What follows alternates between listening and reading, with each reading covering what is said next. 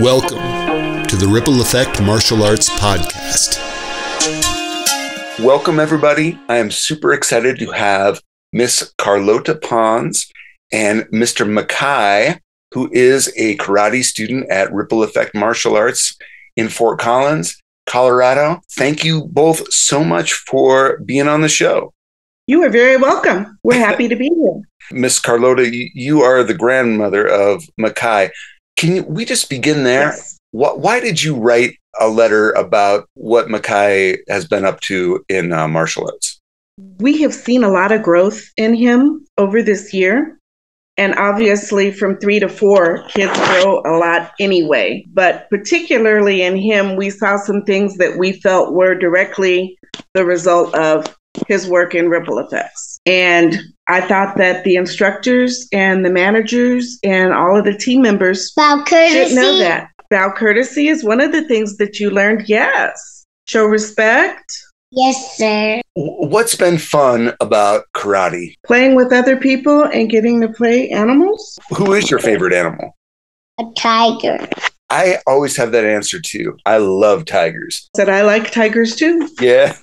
Who likes giraffe? Something that's kind of interesting about karate, right? We're talking about zoology right now. Mekhi is 4 years old and asking about ossicones. And we're on a karate podcast, right? So that gives some idea of the breadth, I guess, of education that you might start to get by enrolling in a martial arts program. But what even brought you to Ripple Effect Martial Arts? How did you even know about karate? Well, I took martial arts as a young person myself. So That's how I first knew. And it was a real help to me during a really hard time in my life. And it gave me a lot of discipline. Kai was going through some kind of tough things. He is a child who does not adjust well to change. And he was 2 years old when COVID hit. So there was a lot of change in his life. And Ripple Effect is something that has been a constant throughout his time here in Colorado.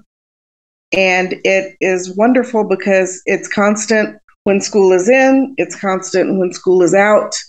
It's something that he can count on a regular week-by-week basis, and it helps provide some stability and some discipline for him. Wow. Can you talk a little bit about your experience in martial arts when you were younger? Well, I started martial arts in middle school. I was living in inner city Los Angeles at the time, and my ethnic heritage is both Black and Mexican. And there was a lot of siloing, I guess would be the way that I would say it in that day. So I really didn't feel like I fit in anywhere.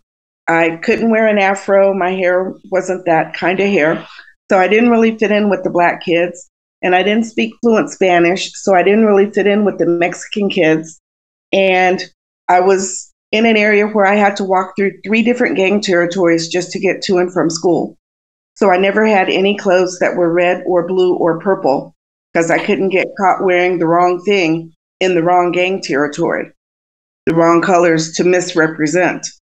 And martial arts was something that really helped calm me and helped center me during that really tough time in my life.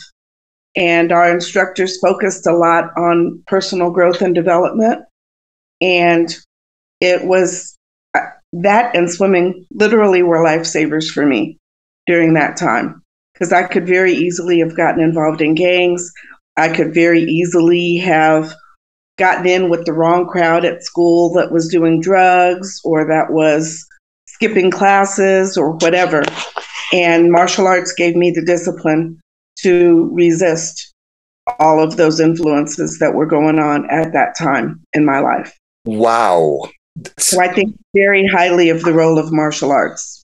In the letter that you wrote to the school and that we featured on the blog, that for parents considering enrolling their kids in the martial arts, it's not about fighting, but about discipline and confidence. How does discipline and confidence versus fighting skill, or along with, I guess, it help protect you? How did it help protect you in LA? Well, I think when you have the confidence to know who you are in yourself, you don't have to be pressured to go along with the crowd. You don't have to be pressured so much to be a follower. I believe that martial arts trains you to be a leader. And I believe that Ripple Effect is training Mekhi to be a leader and the other students in his class. The word of the month does that. Reciting the creeds does that. It gives him enough knowledge about himself and the confidence in what he can do. He can throw a punch. He can make a kick. He can make a block.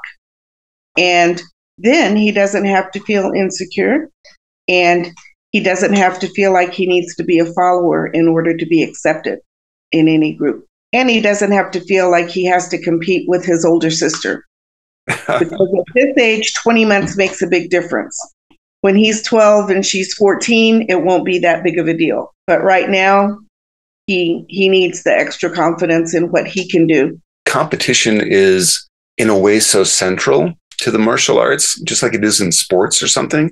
You know, you want to win, but a lot of what comes up for many students and parents is, but do I really need to beat someone in a competition to win?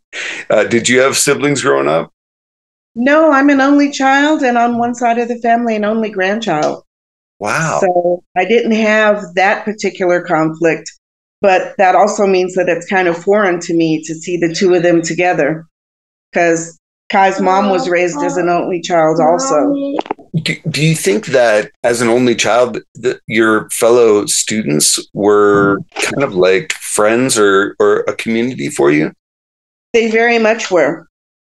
They very much were a community. We did lots of things together. We did community service projects in the neighborhood. We ran, we did our warm-ups. We ran in the neighborhood.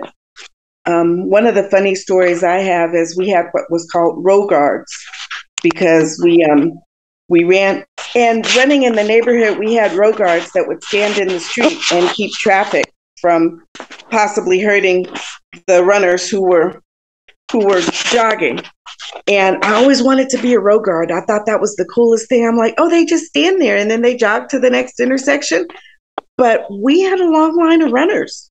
So what that meant is that you were sprinting from one block to the next block in order to be able to be there before the first runners got there. Wow. To be able to do their run. So that was the thing, that I thought it was such a great, easy job to be a row guard. And then I discovered that it was really hard to be a row guard. It was not easy. But because of the training that we received, we were able to accomplish that task. We were able ultimately to do it. And I was 13 when I started martial arts. And I think that because Kai is starting so early, his rewards will be that much greater. That reminds me of something not even close to as dramatic, but there was one tournament that I showed up to, and they said, we are short a few judges. And I was a high red belt at the time. And they said, we're going to need you to judge a couple of these rings. And I just went, are you kidding? And I'm 40 years old or something, and going, wow, the responsibility of judging. So what you're talking about is protecting actual people's lives from getting struck by vehicles or something. And I'm just talking about making sure somebody is judged fairly on their TGA form or a sparring match. But there's a lot of responsibility there. And there are people much younger than me that have taken on that role for years. Can you imagine Kai in that kind of a role? I can imagine that he will ultimately do that. He already has a very protective spirit. Even when he was 1.5, when he was barely walking, if we did something that made Savea cry, something as simple as telling her she couldn't play with the toy that she wanted to play with, he wanted to know why sister was crying. And he would come and run and put his little 18-month-old self between us and his sister and say, why did you crying? Why did you crying? And he would be angry with us because we were making his sister cry. So he has that kind of protective nature already. He doesn't like to watch the fight scene in Frozen, in the movie Frozen. We have to fast forward through that because he doesn't like to watch that. So his spirit is already that way. And I think that Ripple Effects will train him and his classmates to be able to challenge what is their natural tendency.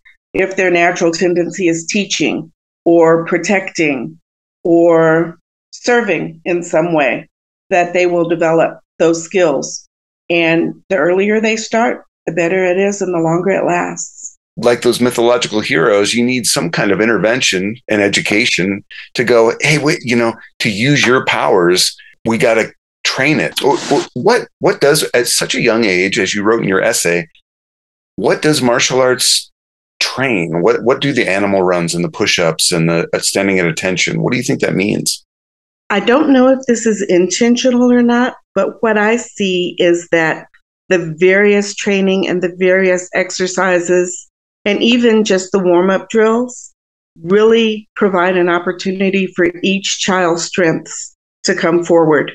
There's a young woman in Kai's class who's super creative. And when they ask her what her favorite animal is, it sometimes is a mashup of 2 or 3 different animals. It's a dinosaur cougar, or it's a llama panther or something. And instead of saying, well, there's no such animal as that, can you pick a real animal? The instructors say, okay, show me how a dinosaur panther would go across the floor. And the student demonstrates it, and then the rest of the class follows suit. So her creativity is honored. The students who are really into teaching others, their skill is honored. Kai's protective nature is honored. Whatever skill or gift the student brings, they find a way to accentuate that and to honor it. Beautiful observation. Years ago, we had a word of the month, and it was grace. And on the worksheet, the assignment was to draw an animal that represents grace. And the variety was out of this world. It was, swans, octopus, tilapia, giraffe, enormous variety of animal life that these children and parents thought of as representing grace. What do you see out of that? Just straight up punches and kicks. Is that something that Kai brings home and can kind of understand and demonstrate? Or what about the punches and kicks part of karate? It took us a while to get him to really want to practice at home, but he absolutely adores my husband, his grandfather. And when my husband started training with him, then he got really excited about training because it was something he could do with Papa. So we see him just naturally in interactions, mostly defensive things, mostly blocks and evasive tactics that he has learned in class. But he is starting to get more eye-hand coordination and just more self-control over how his body moves through what he does in class, and then brings it home and practices with Papa. The flag football drill, where you try and get the flag off of the person that you're partnered with, they do that a lot. And he has learned a lot of evasive tactics to keep Papa from getting his flag. And he's also learned some creative moves so that he can get Papa's flag. Isn't that so cool? So I don't know Papa. I'm guessing he outweighs and is a little taller than Kai, right? Significantly so. So, and then Kai probably, so I remember when my youngest kid was real little, 3 or 4, and we would do just what you're talking about. All right, tag me on the hip. And she could barely reach my hip. And I was a lot bigger, but she was a lot quicker and slyer and just had a different strategy. And so intergenerationally, do you see yourselves coming together with Kai and being able to do these things with him that are kind of unusual, right? You don't usually play this kind of tag or evasive, strikes and blocks with a 4-year-old and his grandpa. It's really fun to watch them do that. And yes, it has my husband's been really focusing a lot on mobility and increasing his flexibility and mobility. He's 72 and he drives buses all day.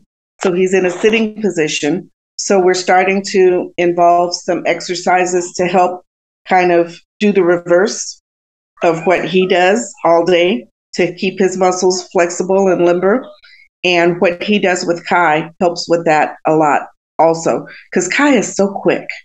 He is unbelievably fast for his age. And even when he first started walking, he walked for about a week and then he ran everywhere, trying to catch him and trying to keep up with him and trying to keep him from being curious about things that could be dangerous was a real challenge.